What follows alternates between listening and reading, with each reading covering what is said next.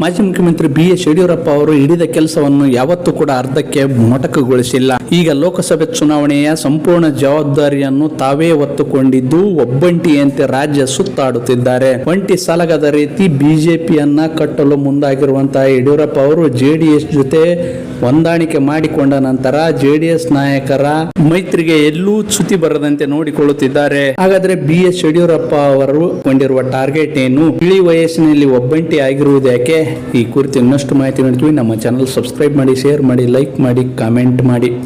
ಮಾಜಿ ಮುಖ್ಯಮಂತ್ರಿ BS ಯಡಿಯೂರಪ್ಪ ಅವರು ಯಾವುದೇ ಕೆಲಸವನ್ನು ಹಿಡಿದರೂ ಕೂಡ ಅರ್ಧಕ್ಕೆ ಬಿಡುವಂತ ಜಾಯಮಾನದವರಲ್ಲ. ನಮ್ಮ ಮಗ ವಿಜಯೇಂದ್ರ ಅವರಿಗೆ ಬಿಜೆಪಿ ರಾಜ್ಯಾಧ್ಯಕ್ಷ ಸ್ಥಾನವನ್ನ ಕೊಡಿಸಿರುವಂತಹ BS ಯಡಿಯೂರಪ್ಪ ಅವರು ಮುಂಬರುವ ಲೋಕಸಭೆ ಚುನಾವಣೆಯಲ್ಲಿ ಎಲ್ಲಾ 28 ಕ್ಷೇತ್ರಗಳನ್ನ ಟಾರ್ಗೆಟ್ ಮಾಡಿಕೊಂಡಿದ್ದಾರೆ. ಬಿಜೆಪಿ ಹೈಕಮಾಂಡ್ ಜೊತೆ ಮಾತುಕತೆ ನಡೆಸಿ JDS ಜೊತೆ ಒಪ್ಪಂದ ಮಾಡಿಕೊಂಡು JDSಗೆ 3 ಸ್ಥಾನಗಳನ್ನ ಬಿಟ್ಟು ಕೊಡುವಲ್ಲಿ ಪ್ರಮುಖ ಪಾತ್ರ ವಹಿಸಿದ್ದರು. ಟಿಕೆಟ್ ಹಂಚಿಕೆಯ ನಂತರ ಬಿಜೆಪಿಯಲ್ಲಿ ಭಿನ್ನಮತ ಭುಗಿಲೆದ್ದಿದ್ದು ಅದನ್ನ ಹೋಗಲಾಡಿಸುವ ಜವಾಬ್ದಾರಿಯನ್ನ ಮಾಜಿ ಮುಖ್ಯಮಂತ್ರಿ BS ಯಡಿಯೂರಪ್ಪ ಅವರಿಗೆ ಕೊಟ್ಟಿದ್ದಾರೆ ಎಂದು ಹೇಳಲಾಗುತ್ತದೆ. ಬಹುಮುಖ್ಯವಾಗಿ ತಮ್ಮ ಮಗ ಸ್ಪರ್ಧೆ ಮಾಡುವಂತಹ ಶಿವಮೊಗ್ಗದಲ್ಲಿ ರಾಘವೇಂದ್ರ ಅವರಿಗೆ KS ಈಶ್ವರಪ್ಪ ಅವರು ಎದುರಾಳಿಯಾಗಿ ನಿಲ್ಲುವ ಸಾಧ್ಯತೆ ಇದ್ದು ಬಿಜೆಪಿಯಿಂದ ಸಿಡಿದೆದ್ದಿದ್ದಾರೆ.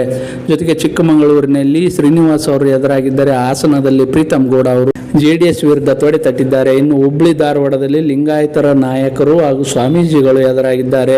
ಇನ್ನು ಬೆಳಗಾವಿ ಅವರಿಗೆ ಸೆಕ್ಟರ್ ವಿರೋಧಿಯಾಗಿ ಸ್ಥಳೀಯರು ಹೋರಾಟ ಮಾಡುತ್ತಿದ್ದಾರೆ. ರಾಯಚೂರಿನಲ್ಲಿ BV ನಾಯಕ್ ಬಿಜೆಪಿ ಅಭ್ಯರ್ಥಿ ವಿರುದ್ಧ ಸೆಟೆದು ನಿಂತಿದ್ದಾರೆ.